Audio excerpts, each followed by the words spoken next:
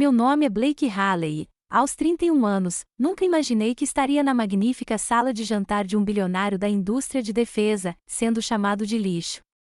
Enquanto meu namorado, Ray, apertava minha mão por baixo da mesa de mogno, seu pai, Alistair Coington, me encarava com olhos frios como gelo. Mais de 2 dúzias de convidados poderosos permaneceram sentados em silêncio, atordoados, enquanto ele zombava, sua voz condescendente ecoando pela sala. Uma soldadinha com um vestido emprestado, disse ele, olhando diretamente para Ray. Eu já te disse, filho, você pode tentar limpar o lixo, mas ele nunca vai parar de cheirar como a sarjeta de onde veio. O sangue em minhas veias congelou. Uma humilhação quente e pungente se espalhou pelo meu rosto. Antes de contar o que fiz em seguida e como aquela frase se tornou a prova final que desencadearia a queda de um império bilionário, diga-me de que cidade você está ouvindo esta história. E não se esqueça de curtir e se inscrever, porque você não vai querer perder como um soldado reage quando sua honra é atacada. Mas para entender como fui parar naquela sala de jantar, como me vi no centro daquela tempestade, é preciso voltar 7 meses, voltar a um momento que parecia tão simples, tão completamente desconectado do mundo de segredos e mentiras em que eu vivia. Tudo começou, de todos os lugares, em um humilde restaurante perto de uma rodovia em Arlington, com um prato de batatas fritas com queijo e chile. Lembro-me daquela noite com tanta clareza. Eu tinha acabado de passar uma semana infernal em um quarto sem janelas em Fort Belvoir, olhando para dados confidenciais até meus olhos arderem. Tudo o que eu queria era aquele prato de batatas fritas e ficar sozinho. Meu santuário para a missão era o Blue Swan, um restaurante clássico que sempre cheirava a café velho e desespero silencioso. Era perfeito. Deslizei para uma cabine de vinil rachada no canto, do tipo que já tinha visto 1000 refeições solitárias antes da minha, e senti a postura rígida do meu uniforme finalmente começar a se suavizar. Então, a campainha acima da porta tocou e ele entrou. Vestia um terno Tom Ford que provavelmente custava mais que o meu carro, feito com tanta perfeição que parecia uma segunda pele.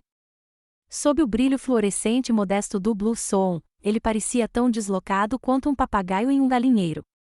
Todas as cabeças se viraram. Ele examinou a sala lotada, seus olhos pousando no assento vazio à minha frente. Hesitou por um instante antes de se aproximar. Com licença, disse ele, com a voz surpreendentemente gentil. O lugar está lotado. Você se importaria se eu me sentasse aqui? Normalmente, minha resposta teria sido um sonoro não. Meu espaço pessoal é uma fortaleza. Mas algo em seus olhos, um lampejo da mesma exaustão que eu sentia nos meus próprios ossos, me fez simplesmente concordar. Ele deslizou para dentro da cabine, colocando um livro encadernado em couro desgastado sobre a mesa. Por alguns minutos, ficamos sentados em um silêncio confortável. A garçonete trouxe minhas batatas fritas com queijo e chile, uma pilha gloriosa e bagunçada de cheddar derretido, chile apimentado e batatas crocantes. Seus olhos brilharam. Faz anos que não como isso, disse ele com um sorriso sincero. E assim, de repente, começamos a conversar por 2 horas inteiras. O nome dele era Ray. Não falamos sobre trabalho, dinheiro ou a política devastadora de depois de Cristo, falamos sobre como o Pittsburgh Steelers estava tendo um ano de reconstrução, mas que nunca poderiam ser descartados. Falamos sobre o cheiro característico da chuva de verão batendo no asfalto quente. Conversamos sobre aquela estranha sensação de vazio que é se sentir sozinho numa cidade com milhões de pessoas. Ele ouvia com uma intensidade que me fazia sentir como se eu fosse a única pessoa no mundo. Ele entendia as coisas que eu nunca dizia em voz alta. Pela primeira vez em anos, eu não era a Capitã Haley, oficial de inteligência militar. Eu era apenas Blake. E eu não tinha percebido o quanto sentia falta dela. Não foi algo isolado. Ray não tentou me impressionar com restaurantes com estrelas Michelin ou bares em terraços com vista para o Potomac. Ele era diferente. Ele me levou a um jogo de beisebol do Nationals, onde comemos cachorros quentes com mostarda demais e gritamos até ficar roucos quando o time rebateu um home run. Ele nos levou ao Parque Nacional de Shenandoah em um sábado fresco de outono. Caminhamos por quilômetros sob uma cobertura de folhas vermelhas e douradas, sem falar muito, apenas respirando o ar puro e ouvindo o farfalhar das folhas sob nossas botas. Foi lá, sentado em uma rocha com vista para as montanhas Blue Ridge, que ele me contou sobre a pressão que sentia para ser alguém que não era, alguém que sua família esperava que ele fosse. Seu verdadeiro sonho, confessou, era abrir uma pequena galeria de arte independente, um espaço para artistas desconhecidos. Me vi abrindo de uma forma que nunca havia feito antes. Contei a ele sobre meu pai, um metalúrgico dos arredores de Pittsburgh. Descrevi os calos em suas mãos, o roteiro de uma vida de trabalho duro e o orgulho feroz e inabalável em seus olhos no dia em que me formei em West Point. Contei a Ray como meu pai me ensinou que o valor de uma pessoa não está na sua conta bancária, mas na força do seu aperto de mão e na integridade da sua palavra. Eu estava me apaixonando perdidamente por ele. Por alguns meses felizes, me permiti acreditar que talvez, apenas talvez, o universo finalmente tivesse me dado uma dica. Que aquele homem genuíno e bondoso era a minha recompensa por todos os anos solitários de serviço. Mas o mundo real não espera que os contos de fadas acabem. Ele arromba a porta. Eu estava de volta ao Fort Belvoir, a sigla para um lugar tão estéril e sem alma quanto seu nome, Centro de Informações Compartimentadas Sensíveis. Minha missão era investigar uma grande empresa de defesa suspeita de fraude sistêmica, especificamente falsificação de resultados de testes em materiais compostos para coletes à prova de balas e veículos blindados. Vidas estavam em jogo. Meu trabalho era encontrar a verdade enterrada sob montanhas de manifestos de embarque falsificados e relatórios de laboratório adulterados. Digitei uma palavra-chave no banco de dados. Um nome apareceu na tela: Coington Dynamics. Meu coração disparou. Um pavor gelado me invadiu. É um nome comum, disse a mim mesmo, com os dedos pairando sobre o teclado. Apenas uma coincidência. Mas não existem coincidências na minha área de atuação. Cliquei na aba de liderança corporativa. O organograma carregou uma teia de nomes e rostos. E ali, sob o retrato severo do CEO Alistair Coington, havia uma foto menor, um rosto que eu conhecia tão bem quanto o meu. O rosto que eu via nos meus sonhos. Ray Coington, filho único do CEO Alistair Coington. A tela não ficou apenas borrada. Parecia que se estilhaçava diante dos meus olhos. O ar foi sugado dos meus pulmões, substituído pelo frio gélido da traição, não da traição dele, mas do próprio destino. O homem que eu amava, o homem cuja gentileza desarmara minha alma, era filho do inimigo. O mesmo homem cuja ganância estava colocando meus soldados, meus irmãos e irmãs de armas, em perigo. Não me lembro do caminho até o escritório do Major Miller. Acho que operei no piloto automático, com as mãos agarrando o volante com tanta força que meus nós dos dedos estavam brancos. Entrei no escritório dele e fiquei em posição de sentido. Um soldado perfeito por fora, um completo desastre por dentro. Expus os fatos roboticamente, com a voz desprovida de qualquer emoção. Cada palavra era um caco de vidro na minha garganta. Senhor, preciso relatar um conflito pessoal com a Operação Ironclad. Estou envolvido em um relacionamento com o filho do alvo principal. O Major Miller, um homem que sobrevivera a 2 guerras e 1000 batalhas políticas no Pentágono, apenas olhou para mim. Ele não me olhou como um oficial superior. Ele me olhou com os olhos cansados de alguém que compreendia. Ficou em silêncio por um longo e agonizante minuto, deixando todo o peso da minha confissão se acomodar na sala. Por fim, ele se inclinou para a frente, com a voz baixa e rouca. Capitão, disse ele, esta é uma situação das diabos, uma situação das diabos. Fez uma pausa, o olhar firme. Mas também é uma oportunidade de ouro. Senti meu sangue gelar. Eu sabia o que viria a seguir. Suas ordens, continuem o relacionamento. Tratem cada encontro como uma missão de reconhecimento. Meu amor havia se tornado oficialmente uma operação militar. Naquela noite, depois de sair do escritório do Major Miller, não fui direto para casa. Apenas dirigi. As palavras do major ecoaram na minha cabeça, uma ordem fria e dura que transformou meu amor por rei em uma arma. Trate cada encontro como uma missão de reconhecimento. A ordem me fez questionar algo que eu não queria responder. Quem era eu naquela equação? Seria eu Blake, a mulher que finalmente baixara a guarda? Ou seria eu a capitã Halley, a soldada que seguia ordens a qualquer custo? Para encontrar a resposta, precisei voltar para um lugar de aço e fumaça, onde minha bússola moral foi forjada. Cresci em Monessen, Pensilvânia, uma pequena cidade no cinturão da ferrugem, onde o ritmo de vida era ditado pelo apito da siderúrgica.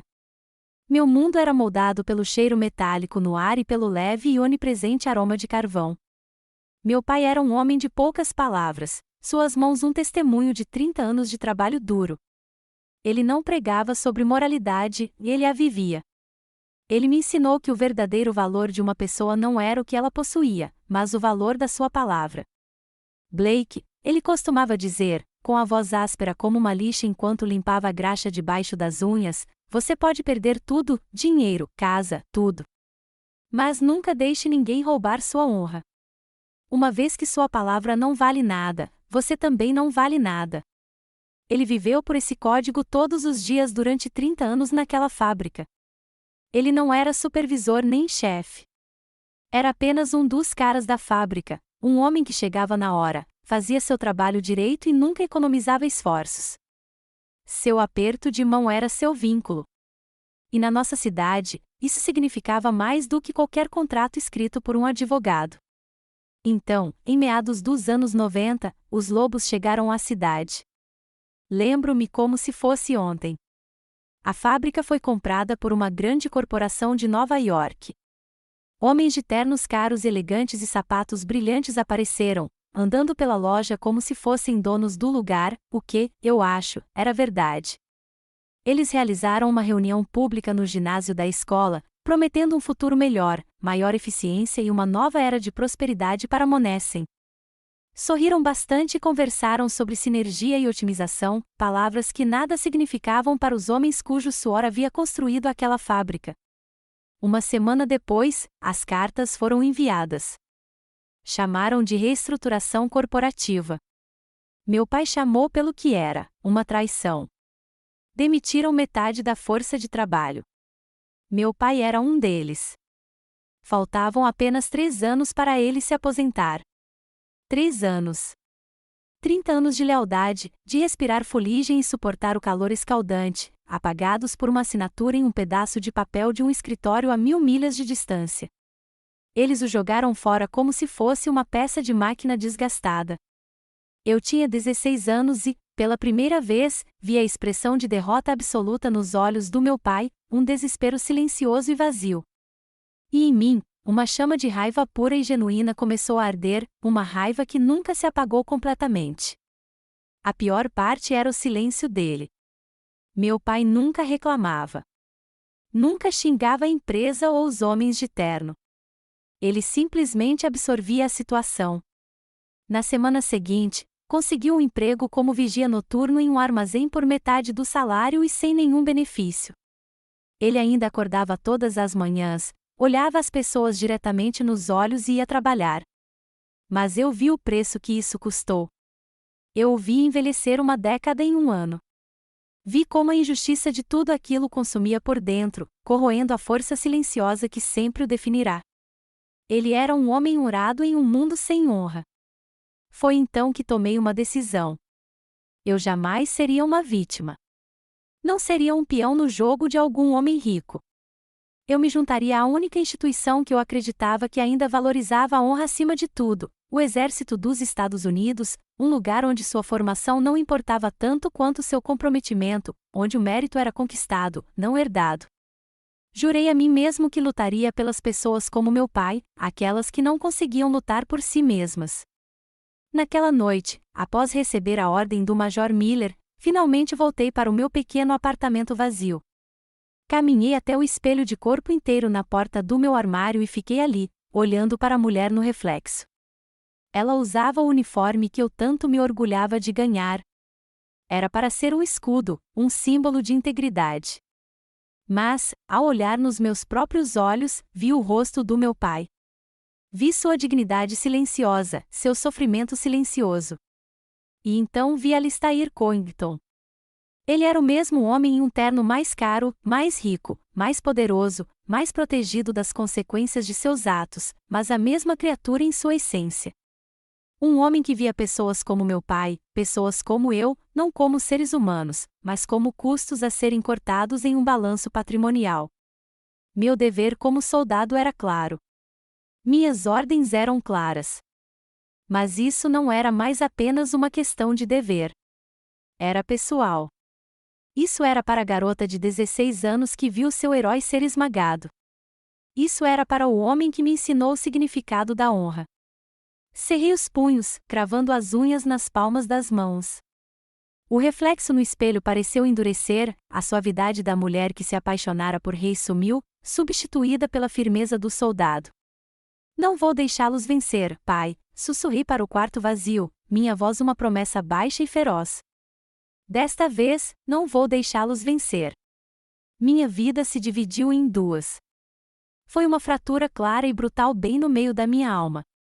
De dia, eu era o capitão Halley. Eu ficava sentado no civistéreo e sem janelas, o ar zumbindo com o zumbido silencioso de servidores e segredos. Meu mundo era uma tela cheia dos fatos frios e concretos da traição de Alistair Covington. Analisei manifestos de embarque falsificados da Covington Dynamics, cruzando-os com imagens de satélite de suas fábricas. Os números eram desprovidos de alma, mas contavam uma história de pura ganância. Cada linha de dados que descobri, cada conversa criptografada que ajudei a decifrar, era mais um prego no caixão que eu estava construindo para o homem. O trabalho era preciso, lógico e alimentado pelo fogo frio que eu sentia desde a noite em que fiz meu voto. Mas aí o dia de trabalho terminava. Eu saía daquela instalação segura, deixando o soldado para trás, e tentava me tornar Blake novamente. À noite, eu era a namorada dele.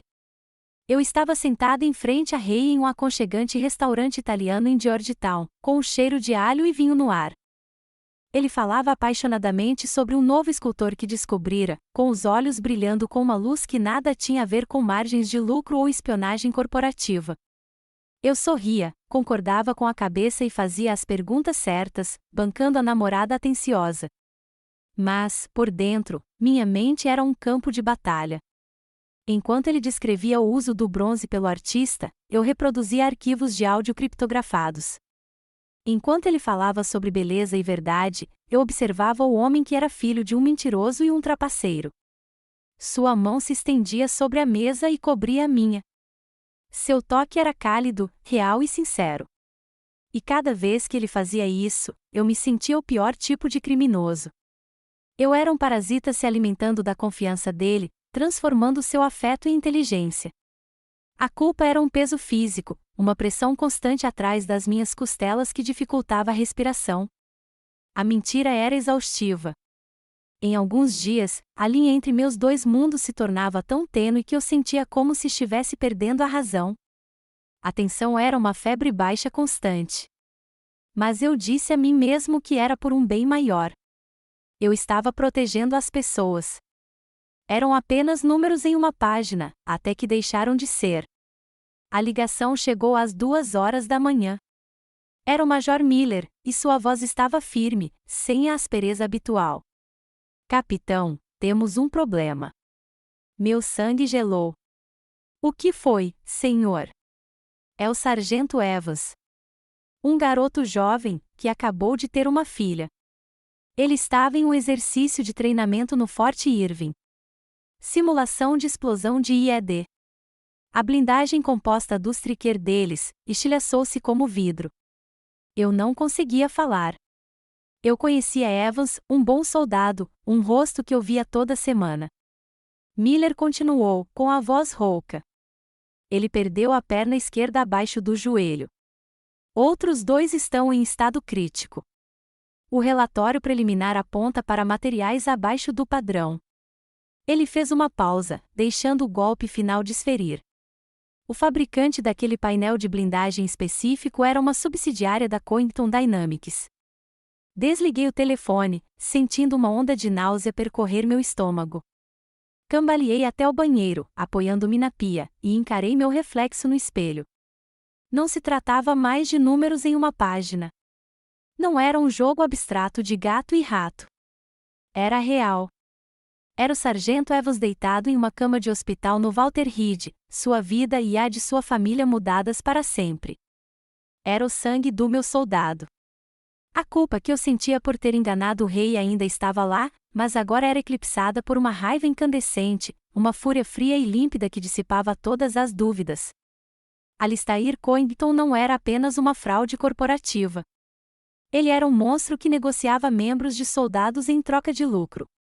Uma hora depois, ouvi uma batida suave na minha porta. Era o rei. Ele devia estar passando de carro e viu meus faróis acesos. Quando abri a porta, seu sorriso desapareceu. Blake, você está bem? Perguntou ele, entrando. Você parece que está carregando o peso do mundo nos ombros. Ele me abraçou, me puxando para um abraço. E por um momento terrível e fraco, quase desabei. Eu queria gritar.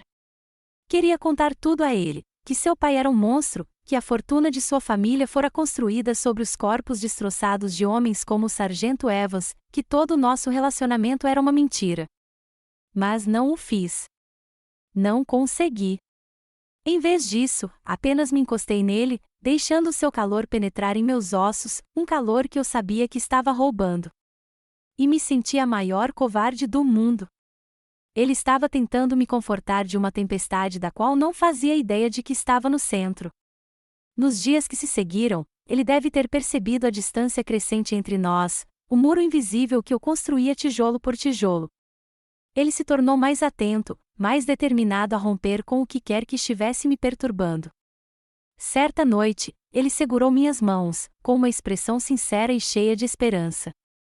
Blake, disse ele, com a voz suave, meus avós vão comemorar 50 anos de casamento na semana que vem. Vai ter uma grande festa na propriedade deles. Quero que você venha comigo. Ele apertou minhas mãos. Quero te apresentar a toda a minha família. Meu coração parou. O ar saiu da sala. Não era um convite. Era uma convocação. Eu estava sendo mandado para a cova dos leões e sabia que não podia recusar. Preciso do seu apoio agora mesmo. Se você acredita que estou fazendo a coisa certa, por favor, clique no botão de curtir e digite honra nos comentários abaixo para que eu saiba que você está comigo nisso. Olhei para Ray, para seu rosto esperançoso e confiante, e a mentira que eu tinha para contar tinha gosto de cinza na minha boca. Eu adoraria, disse eu, forçando um sorriso. Minha missão acabará de entrar em sua fase mais perigosa. Eu estava entrando no coração da fera. A propriedade Coington em MC Lynn, Virgínia, não era uma casa. Era uma fortaleza de riqueza. Enquanto o rei nos conduzia pelos imponentes portões de ferro e subíamos por uma entrada sinuosa, senti o conhecido nó de ansiedade apertar meu estômago. Não era uma festa.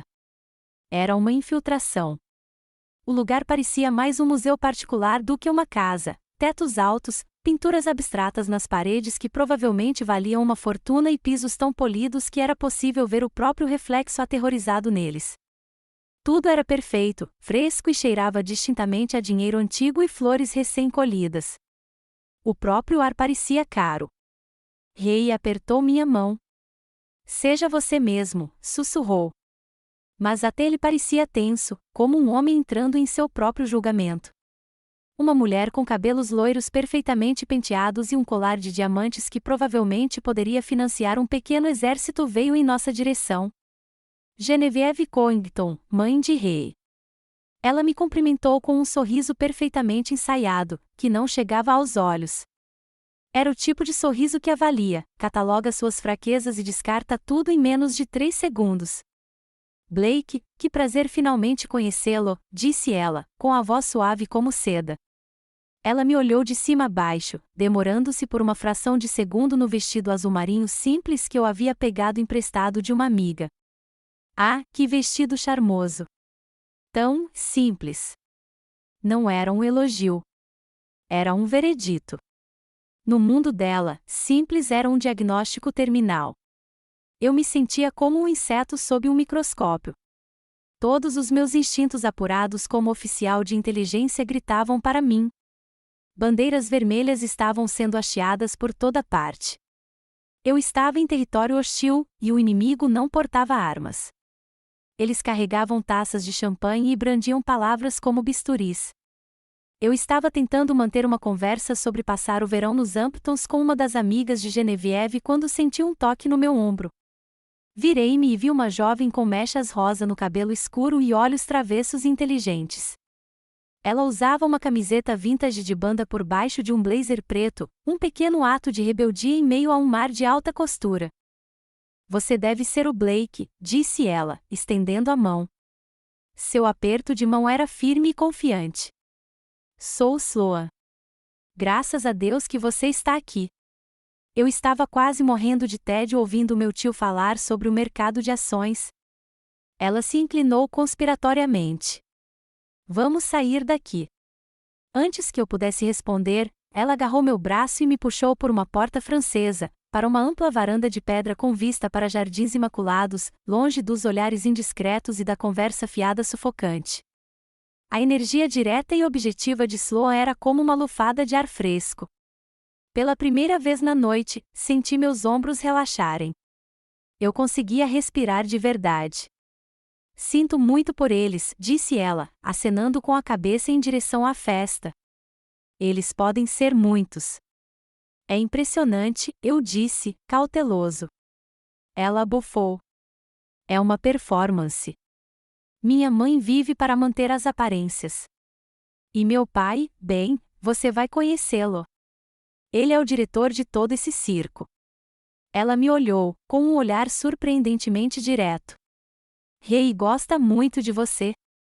Ele não estava tão feliz há anos. Eu também gosto muito dele, eu disse. E foi a coisa mais verdadeira que eu já disse a noite toda. Ficamos ali por um momento, observando os convidados se misturarem lá embaixo. Sloan falou sobre sua família com uma honestidade direta e cínica que era ao mesmo tempo chocante e revigorante. Meu pai acha que tudo e todos têm um preço, disse ela, com a voz carregada de uma amargura que parecia antiga demais para sua idade. Ele não acredita em coisas como honra ou lealdade. Não mesmo.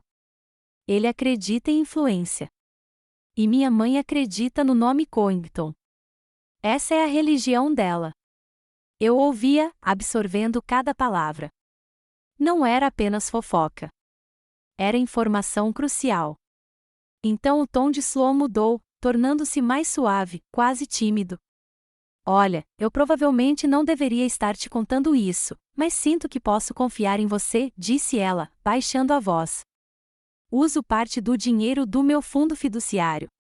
Patrocino secretamente uma organização sem fins lucrativos. É um centro que oferece apoio à saúde mental de famílias de militares. Sabe, ajudando-as a lidar com o TEP e o estresse da missão. Olhei para ela, atordoada. Ali, no seio da família cuja ganância estava prejudicando ativamente os soldados, havia alguém tentando curá-los. Ela me deu um sorriso irônico e uma piscadela rápida. Não conte para o meu pai. Ele diria que é um mau investimento. Retorno sobre o investimento insuficiente. Naquele momento, olhando para aquela jovem de cabelo rosa e um coração corajoso, não vi apenas a irmã da Ray. Vi uma aliada. Um raio de luz num lugar muito escuro.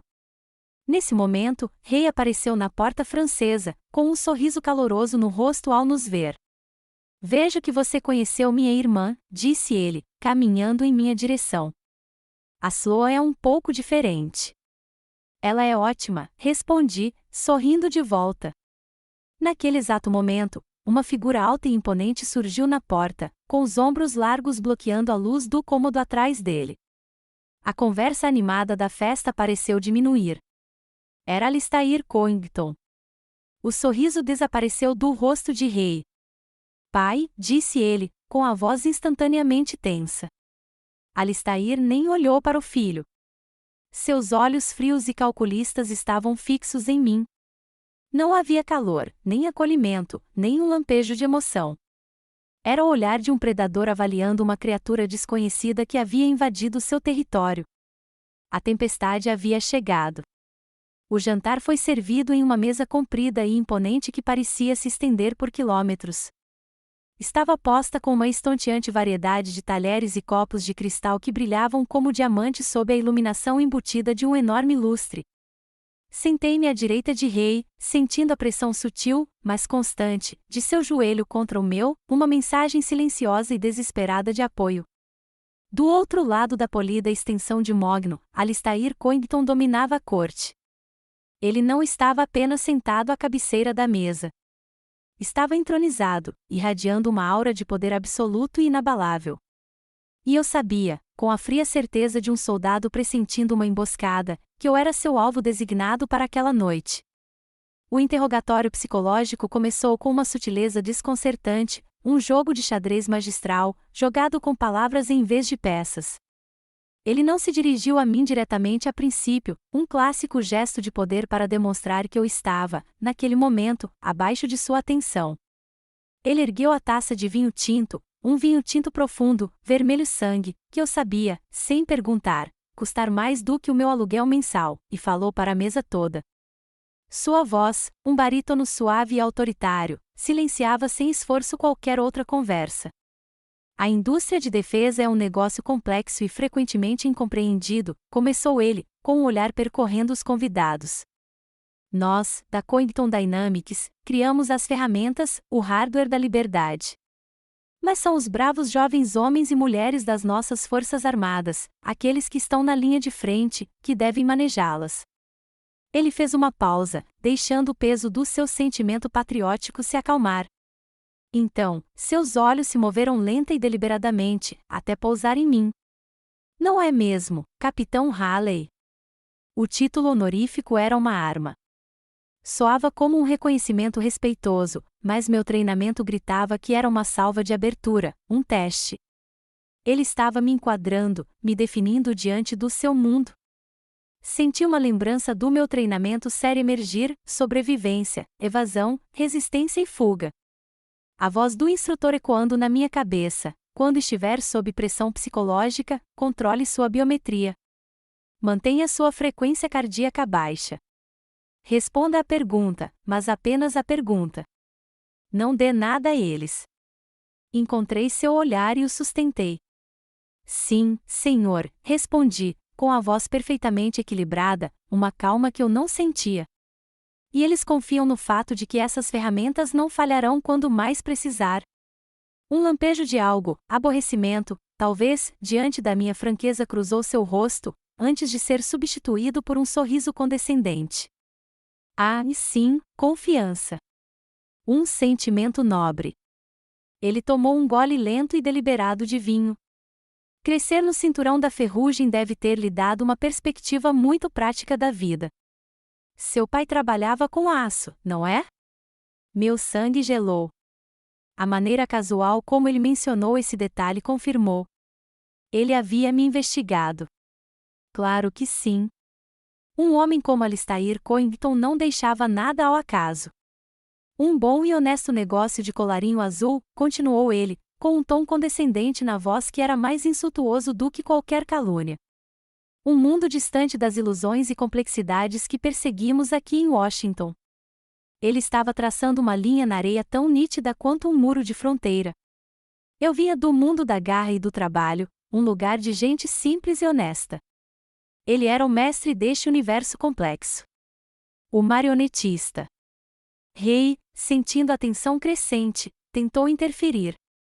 Pai, a Blake estava me contando sobre a última caminhada dela na montanha Old Hag. Alistair fez um gesto de desdém, interrompendo o próprio filho sem um único olhar. Seus olhos permaneceram fixos em mim. Então, diga-nos, capitão, o que exatamente um oficial de inteligência faz? Devo confessar que sempre imaginei uma tarefa bastante tediosa. Uma papelada sem fim em algum escritório do governo cinzento e sem janelas. Ele estava banalizando minha carreira, meu serviço, reduzindo anos de treinamento intenso e sacrifício a um trabalho burocrático e tedioso. Cada palavra era um insulto cuidadosamente calibrado, projetado para provocar uma resposta emocional, para me deixar na defensiva. Não reaja. Observe. Deixe que ele revele suas próprias fraquezas. Dê um sorriso pequeno e educado. Alguns dias são assim, senhor. Mas o trabalho tem seu propósito. Ele riu, um som seco e desagradável que me irritou. E imagino que o pagamento não seja grande coisa. O governo pode ser bem econômico em seus agradecimentos. Ele fez uma pausa, deixando a próxima linha pairar no ar como um vapor venenoso. Espero que a Rei esteja cuidando bem de você. Lá estava, o golpe direto, embalado como preocupação, apresentado como acusação. Ele estava me chamando de interesseira, insinuando que eu estava com o filho dele por um estilo de vida que eu não podia bancar. A raiva fria e límpida que eu sentia pelo sargento Evans, a antiga e amarga raiva pelo meu pai, surgiu dentro de mim. Eu queria dizer a ele exatamente o que pensava dele e do seu dinheiro sujo. Mas respirei fundo, em silêncio, e canalizei a raiva, convertendo a raiva ardente e inútil em uma calma gélida e disciplinada. Encontrei seu olhar sem pestanejar, meu sorriso nunca vacilando. O governo cuida muito bem de nós, senhor, eu disse, minha voz ainda baixa, mas com uma ponta de aço que eu sabia que ele não poderia ter deixado de notar. Além disso, lealdade nem sempre é medida em dólares. Isso pareceu irritá-lo. Sua máscara de charme sofisticado se desfez por um instante. Ele gesticulou com a taça de vinho para um homem corpulento na outra ponta da mesa. Falando nisso, acabamos de trazer um General Masters de 4 estrelas para o nosso conselho de administração, anunciou com um sorriso predatório. Um bom homem. É realmente incrível o que um pacote de remuneração generoso e opções de ações podem fazer pela perspectiva de alguém depois de uma longa carreira no serviço público. A mensagem era um míssil apontado diretamente para mim. Todo mundo tem um preço, até mesmo seus generais condecorados, e você, garotinha, certamente não é um general. Meu sorriso educado permaneceu, mas minha resposta foi ríspida e imediata. Alguns de nós ainda acreditam que nosso serviço é para o país, senhor, não para quem pagar mais. Seu maxilar se apertou. O jogo sofisticado havia terminado.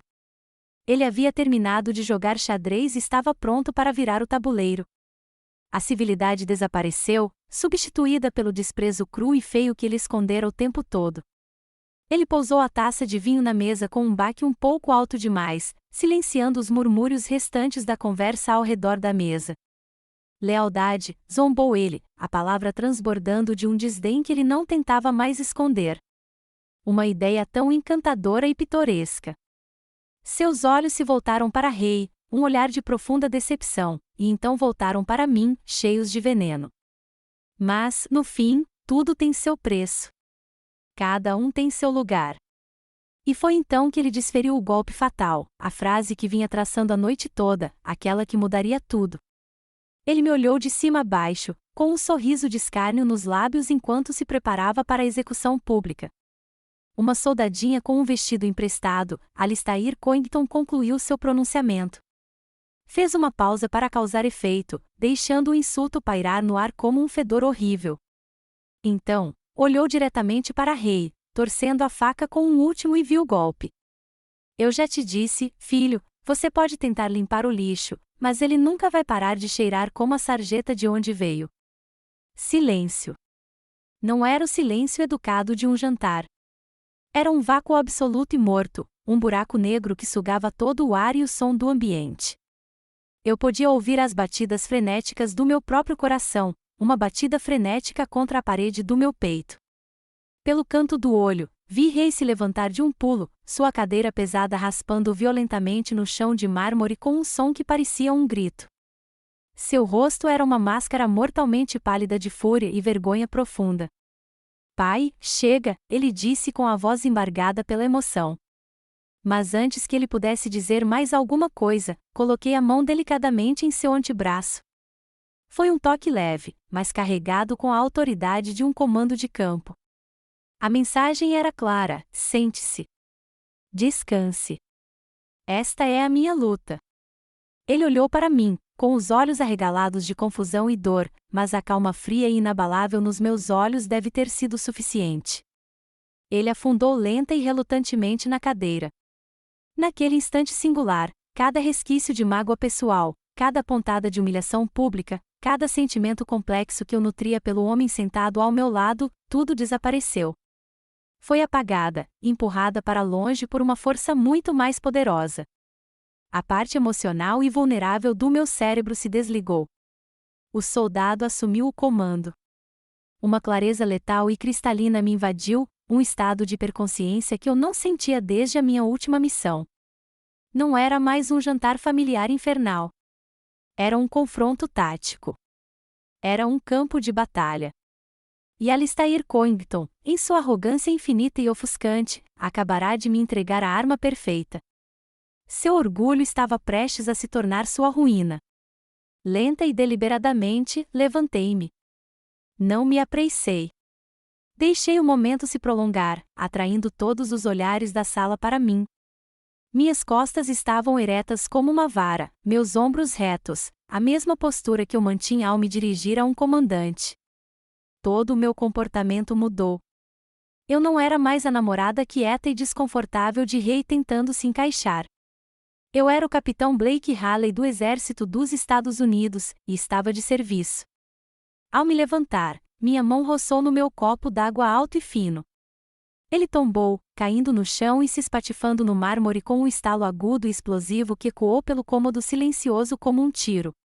Uma mulher ofegou. Todos os olhares estavam agora fixos em mim, com expressões que variavam do choque à curiosidade mórbida. Perfeito. Olhei diretamente para Alistair Coington, ignorando todos os outros. Minha voz não era alta, mas era clara, ríspida e ecoava por todos os cantos daquela sala opulenta com a força penetrante de um comando de sargento. O senhor tem razão sobre uma coisa, Sr. Coington, comecei, com o tom desprovido de calor, puro gelo. Eu não pertenço a este lugar.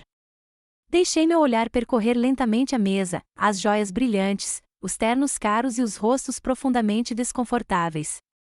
Meu mundo é um lugar de honra, lealdade e integridade, conceitos que parecem ter enferrujado e sido esquecidos nesta sala. Deixei aquela afirmação pairar no ar por um instante, esperando a acusação se concretizar antes de voltar toda a minha atenção, todo o meu poder de fogo, para ele. Você me chama de lixo, eu disse, com a voz um pouco mais grave, tornando-se mais intensa, mais pessoal. Mas eu me pergunto, Sargento Evans, que atualmente está no Centro Médico Walter Reed, aprendendo a andar com uma perna protética porque a armadura do striker dele, a sua armadura, Sr. Coington, se estilhaçou como cerâmica barata. Como ele o chamaria? Um suspiro coletivo percorreu a sala. O rosto de Alistair, que antes era uma máscara de desprezo presunçoso, congelou. Seus olhos se arregalaram quase imperceptivelmente. Pela primeira vez, vi uma rachadura em sua armadura. Intensifiquei o ataque, minhas palavras como balas de um rifle. E os soldados em patrulha no Afeganistão agora, neste exato momento, usando o colete à prova de balas com os resultados dos testes falsificados que sua empresa aprovou conscientemente? Os homens e mulheres que confiam no nome da sua família para protegê-los. Como você acha que eles o chamariam? O silêncio atordoante agora se transformará em choque puro e genuíno. Alistair estava sem palavras, completamente paralisado, com a boca ligeiramente aberta. Rei parecia ter sido atingido fisicamente, com o rosto pálido. Desferi a próxima rajada, minha voz ressoando com toda a autoridade da minha missão. Meu nome é Capitão Blake Haley. Sou investigador da Divisão de Inteligência Militar do Exército dos Estados Unidos. Vi Genevieve Coington levar a mão à boca, com os olhos arregalados de horror. Nos últimos 7 meses, minha unidade vem conduzindo a Operação Ironclad, uma investigação ultrassecreta sobre fraudes contratuais sistêmicas cometidas pela Coington Dynamics. Dei um passo deliberado para longe da mesa, criando espaço, dominando a sala. Eu não era mais seu convidado. Eu era seu juiz. Seu insulto esta noite, Sr. Coington, não foi apenas uma ofensa pessoal. Foi uma confirmação final e crucial para o seu perfil psicológico criminal, uma arrogância tão profunda, um senso de direito tão absoluto que o senhor genuinamente acredita estar acima da lei e além de qualquer consequência. Dei-lhe um sorriso frio e vazio. Então, por isso, eu agradeço. Você acabou de fornecer a prova final e irrefutável de que precisávamos. Olhei discretamente para o pequeno broche decorativo no meu vestido, um item de tecnologia sofisticada fornecido pela minha unidade, disfarçado de joia simples e elegante.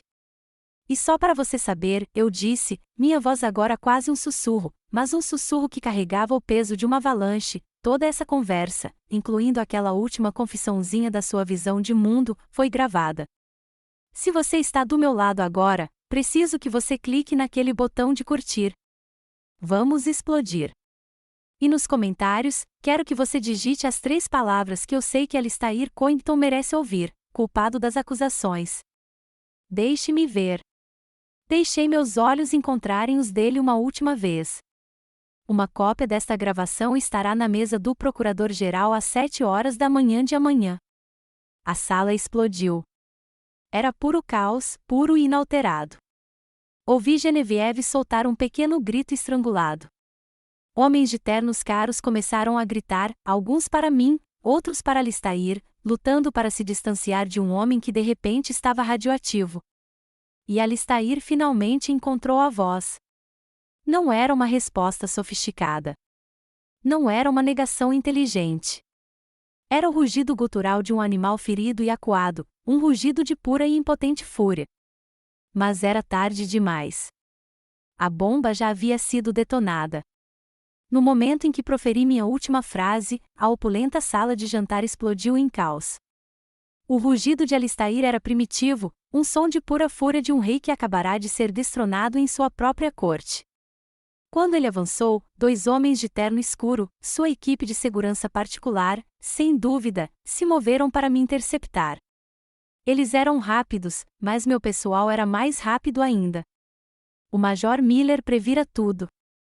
Antes que os homens de Alistair pudessem dar 2 passos, as portas francesas se abriram e uma equipe de 4 policiais militares uniformizados entrou na sala. Eles eram calmos, profissionais e se moviam com uma eficiência que fazia os seguranças particulares de Coington parecerem amadores. Capitão Halley, disse o policial militar líder, sua voz cortando o barulho. Somos sua escolta. Eles formaram um diamante protetor ao meu redor, separando o mar de convidados chocados e gritando. Não olhei para trás. Não conseguia. Se olhasse para trás, sabia que veria o rosto de rei, e não tinha forças para ver a devastação que acabará de causar em todo o seu mundo. Mantive o olhar para frente, as costas retas, e deixei que os policiais me guiassem para o ar fresco da noite, deixando um império bilionário em chamas em meu rastro. Naquela noite, não fui levado de volta ao meu apartamento. Procedimento padrão. Eu agora era um ativo de alto valor em uma investigação de segurança nacional. Eles me levaram em um sedã preto sem placa até um esconderijo na base do Corpo de Fuzileiros Navais em Quantico. Era um quarto simples e anônimo, com paredes de concreto e uma cama de solteiro. Parecia mais um lar do que qualquer hotel de luxo. A adrenalina corria em minhas veias, impossibilitando o sono. Fiquei sentado na beira da cama, repassando a noite inteira até o sol começar a riscar o céu de cinza. Precisamente às 7 horas da manhã seguinte, exatamente como eu havia prometido, uma cópia digital da gravação do meu PIN foi entregue em segurança ao Procurador-Geral dos Estados Unidos. E então, todo o poder impressionante do sistema de justiça federal começou a se movimentar. Com uma velocidade impressionante. Às 9 horas, mandados de busca e apreensão assinados por um juiz federal foram abertos. Às 9h30, equipes de agentes do FBI, em seus característicos casacos azuis, lotavam a sede da Coington Dynamics em MC-Lin. Os funcionários foram instruídos a se afastarem de seus computadores enquanto os agentes começavam a encaixotar servidores e arquivos. Era a principal notícia na transmissão ao vivo de todos os canais de notícias. Por volta das 11 horas, outra equipe do FBI invadiu a propriedade da família Coington, o mesmo lugar de onde eu havia saído poucas horas antes. Eles foram vistos carregando computadores, documentos e o que âncoras de jornal descreveram, sem fôlego, como inúmeras evidências em potencial. E às 11h45, ao vivo na CNN, aconteceu. Alistair Coington, com aparência abatida e derrotado em um terno amassado, foi conduzido para fora de seu escritório corporativo algemado. Ele estava ladeado por agentes federais e passou como um criminoso por uma multidão de repórteres em polvorosa. A imagem de sua queda tornou-se instantaneamente icônica, exibida em todas as telas do país. Vários de seus principais executivos foram presos em operações semelhantes ao longo do dia. A história não era apenas notícia. Era uma tempestade de fogo. Eu estava completamente isolado do mundo. Meu celular pessoal havia sido confiscado e meu único ponto de contato era o Major Miller. Ele visitava o esconderijo uma vez por dia para me atualizar, ocasionalmente me mostrando trechos das notícias em um tablet seguro. As consequências foram bíblicas. Políticos que haviam recebido milhões em doações de campanha de Alistair agora lutavam para aparecer diante das câmeras, condenando da forma mais veemente possível. A história sobre o ferimento do sargento Evans vazou, e sua jovem esposa concedeu uma entrevista comovente que viralizou. Logo, outras famílias de militares começaram a apresentar suas próprias histórias sobre equipamentos defeituosos de Coington. Uma história antiga e enterrada sobre um acidente industrial em uma de suas fábricas na Pensilvânia, uma história pela qual pagaram milhões para manter em segredo, foi descoberta por um jornalista investigativo. A barragem havia se rompido. A Coington Dynamics, outrora um símbolo brilhante do poderio industrial americano, tornará-se da noite para o dia o símbolo nacional da ganância e da traição corporativas. Eu não havia apenas exposto um homem. Eu havia desencadeado um acerto de contas nacional. Minha investigação silenciosa e secreta havia se tornado uma cruzada pública. Ver o sistema ao qual eu servia funcionar com tanta fúria e justiça, ver a justiça agir com tanta decisão, me encheu de um profundo sentimento de orgulho e reforçou minha crença na missão. Mas, à medida que os dias se passavam naquele quarto estéril e silencioso, a satisfação profissional começou a desaparecer, substituída por uma única e dolorosa pergunta. Onde estava Ray? O que ele estava pensando? Ele me odiava. Ele achava que eu o tinha usado desde o começo? O pensamento era uma dor física, uma dor constante e incômoda no meu peito. Eu sabia por Miller que ele, sua mãe e Sloan estavam sendo interrogados pelo FBI como testemunhas materiais. Eles não eram, ele me garantiu, alvos da investigação. Mas não havia nada dele. Nenhuma mensagem passou pelos canais oficiais. Nenhuma palavra, nenhum sinal, apenas um silêncio profundo e aterrorizante. Seu silêncio era pior do que qualquer acusação. Era um vazio onde antes havia o nosso amor. Eu havia vencido a guerra pelo meu país, pela honra do meu pai, pelo sargento Evans. Eu havia mantido a linha e cumprido meu dever. Mas, no silêncio ensurdecedor do único homem que eu realmente amei, tive que encarar a verdade brutal. Posso ter vencido a guerra, mas quase certamente havia perdido a única batalha que realmente importava para o meu coração. Semanas após as prisões, fui chamado para depor perante o Comitê de Serviços Armados do Senado. Este era o evento principal, o palco público. Minha existência tranquila e segura havia acabado. Eu estava prestes a entrar nos holofotes mais brilhantes e severos que se possa imaginar. Na manhã da audiência, eu estava diante do espelho com meu uniforme de serviço do Exército, o uniforme formal da classe A, frequentemente chamado de uniforme azul de gala. Cada botão de latão estava polido, cada fita perfeitamente alinhada. Este uniforme era mais do que apenas uma vestimenta. Era meu escudo e meu estandarte. Enquanto ajustava a gravata, minha mente não estava nos senadores ou nas câmeras. Estava em uma citação de Theodore Roosevelt que eu havia lido na noite anterior, em seu discurso, O Homem na Arena. Não é o crítico que importa. O crédito pertence ao homem que está de fato na arena, cujo rosto está marcado por poeira, suor e sangue. Hoje, eu estava pisando naquela arena. A sala de audiências do edifício Hart do Senado era tão fria e imponente quanto eu imaginava. Colunas de mármore, painéis de madeira escura e um teto alto e artesoado que parecia engolir o som.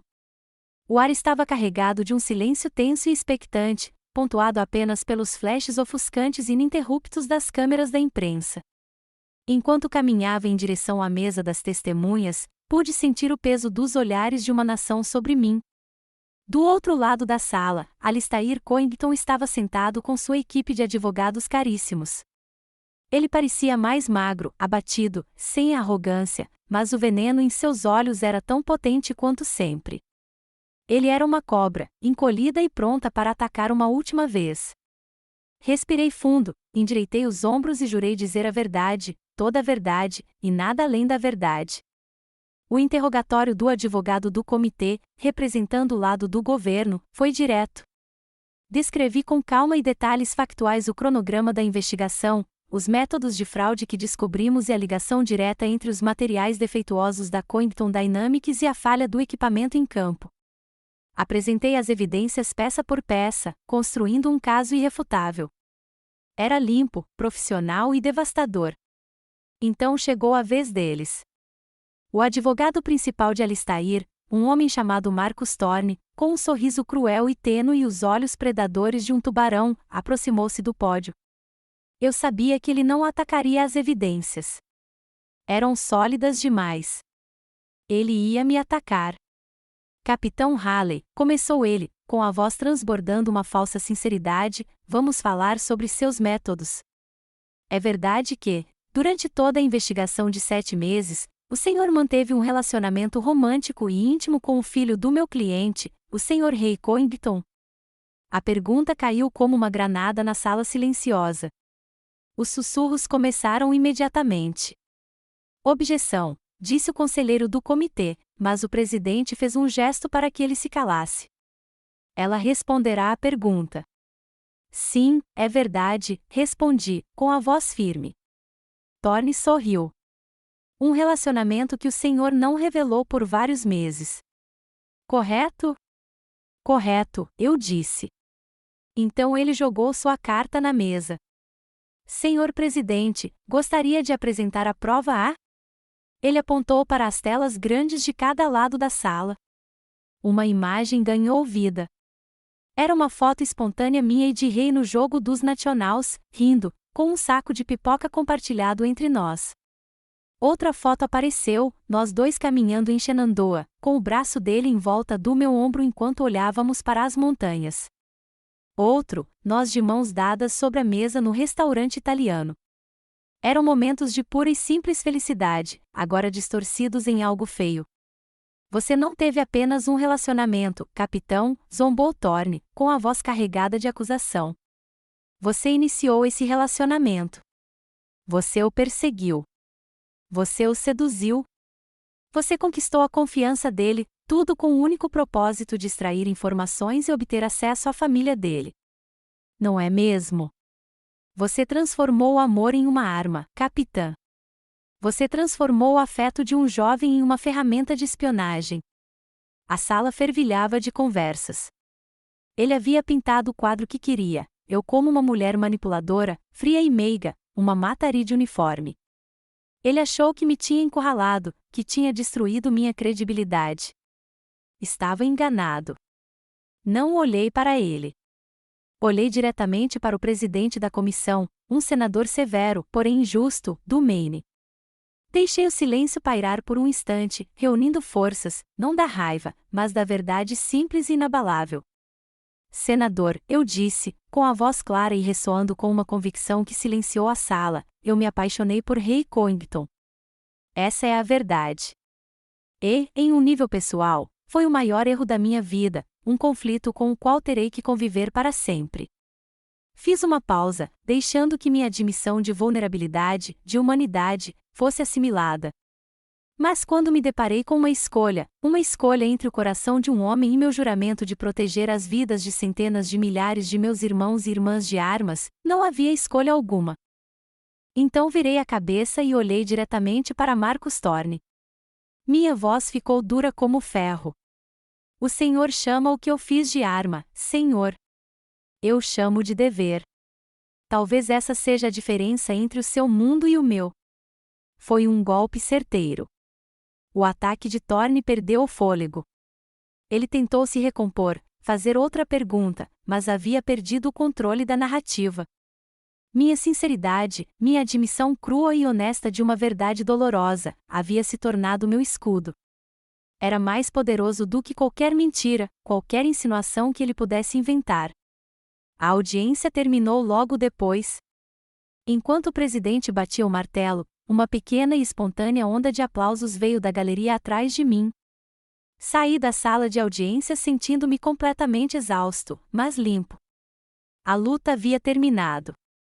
Eu estava na arena e não havia sido quebrado. Ao entrar no corredor de mármore ecoante, cercado pela minha equipe jurídica, meus olhos percorreram a multidão de repórteres e funcionários. E então eu o vi. Ele estava parado no fundo do corredor, encostado em uma coluna, longe do caos. Seu cabelo estava uma bagunça, e ele não se barbeava havia dias. Parecia exausto, assombrado, mas seus olhos, aqueles olhos gentis e inteligentes que me viam, que realmente me viam em um restaurante lotado, estavam fixos nos meus. Era Rei. Rei ficou ali, encostado em um pilar de mármore, uma ilha solitária no rio caótico de repórteres e assessores do Congresso que fluía pelo corredor. O mundo parecia se desvanecer em um rugido abafado ao nosso redor. Só havia ele.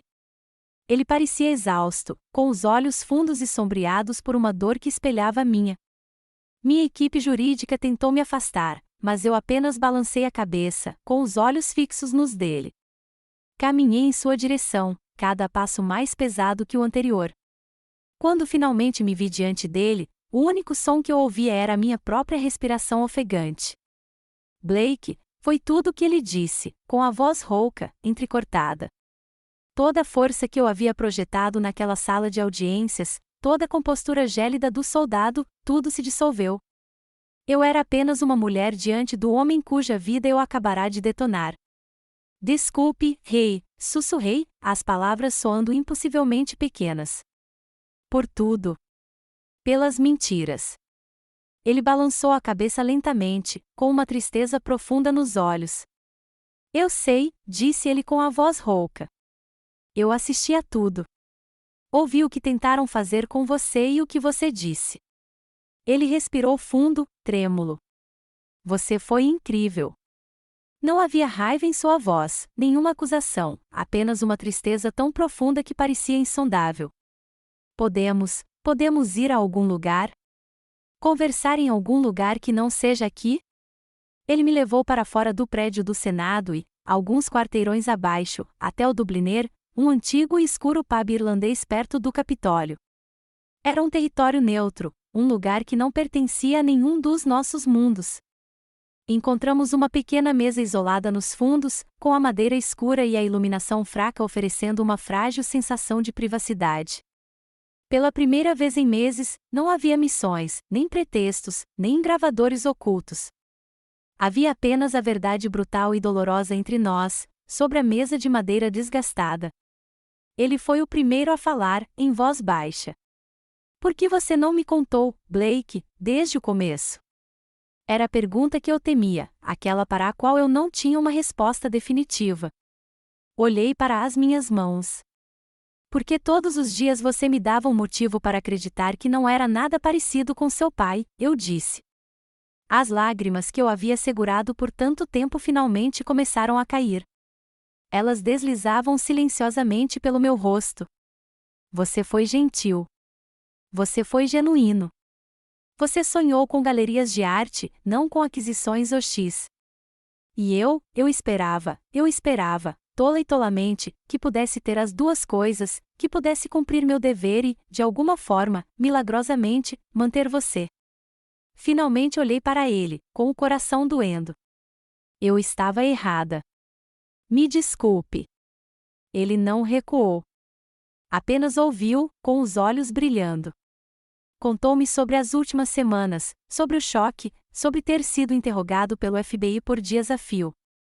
Contou-me como, após a descrença inicial, usará seu acesso para obter os documentos internos ele mesmo.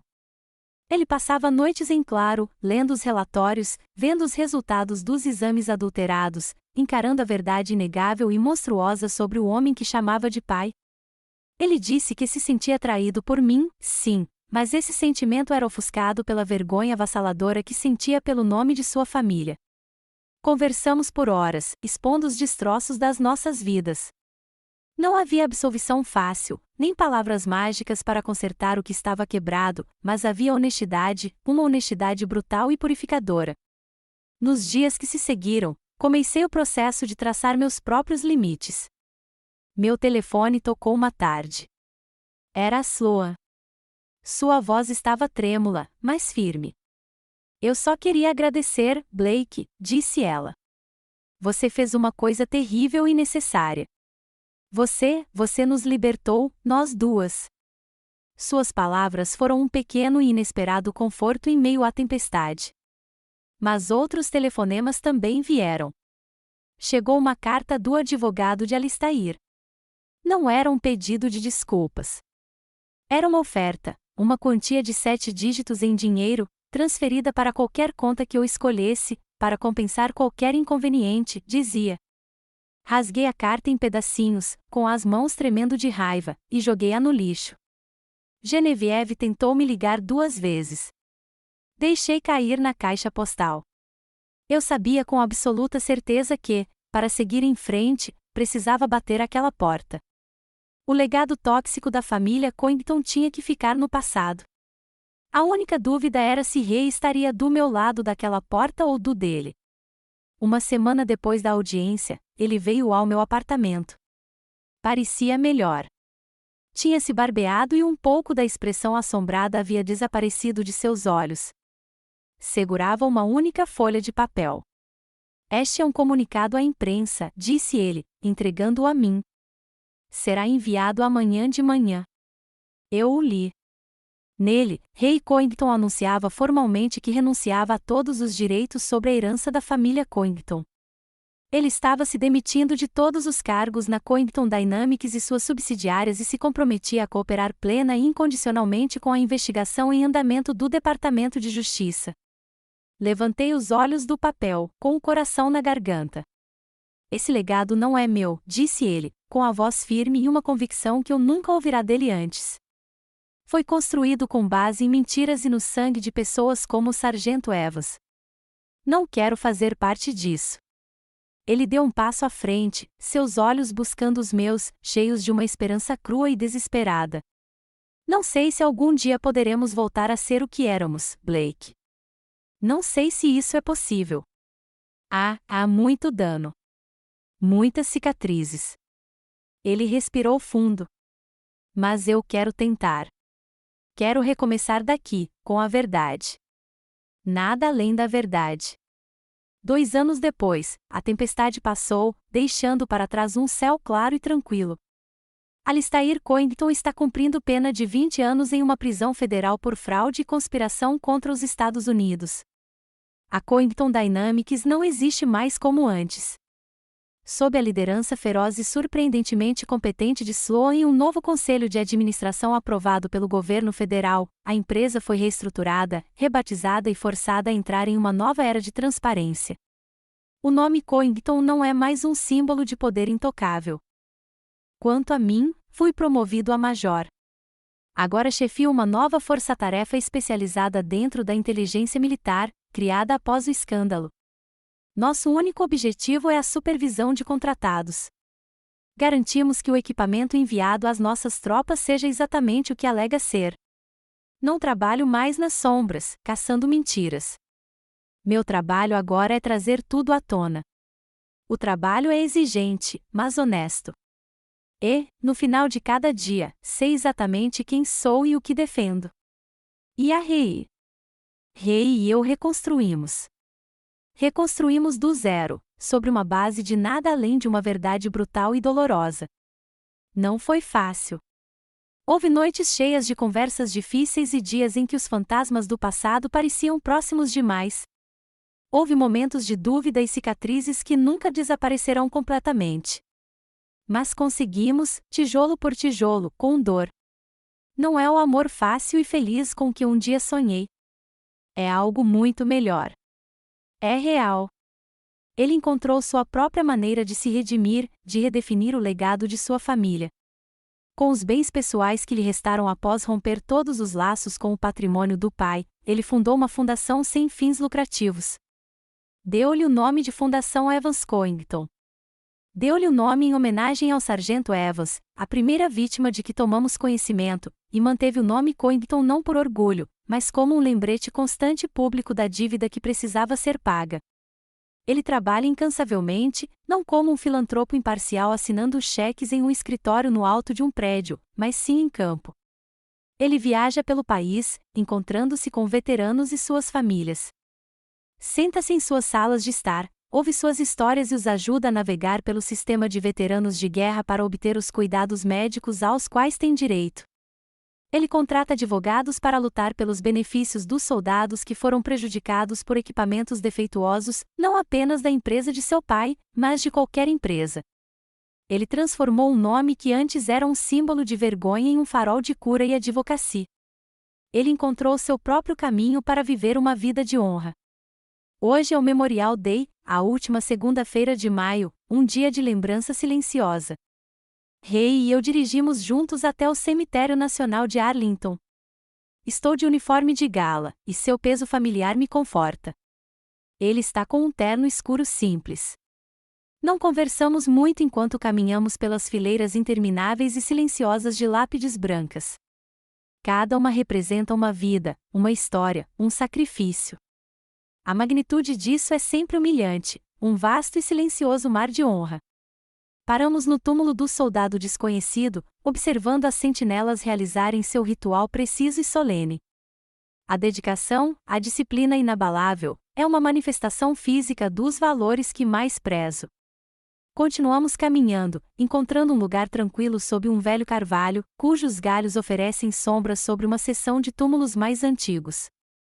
Depositamos uma única rosa branca na lápide de um soldado que morreu em uma guerra travada muito antes de qualquer um de nós nascer, um simples ato de lembrança para alguém que não tem mais ninguém para se lembrar dele.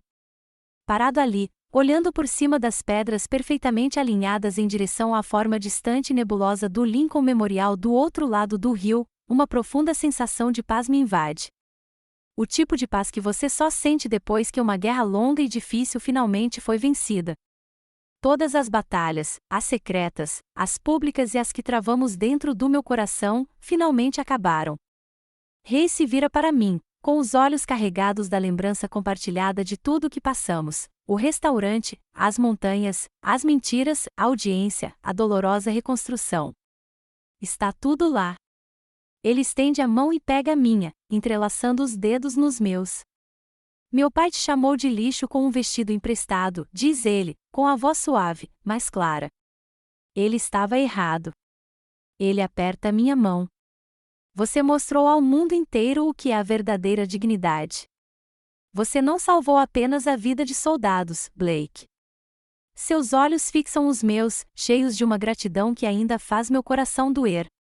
Você salvou a minha. Aperto sua mão de volta, um reconhecimento silencioso de suas palavras, de nossa jornada. Olho para o campo de pedras brancas, cada uma delas um testemunho do fato de que dignidade não depende do que você veste ou do nome que carrega. Não se trata de riqueza, poder ou dos círculos em que você se move.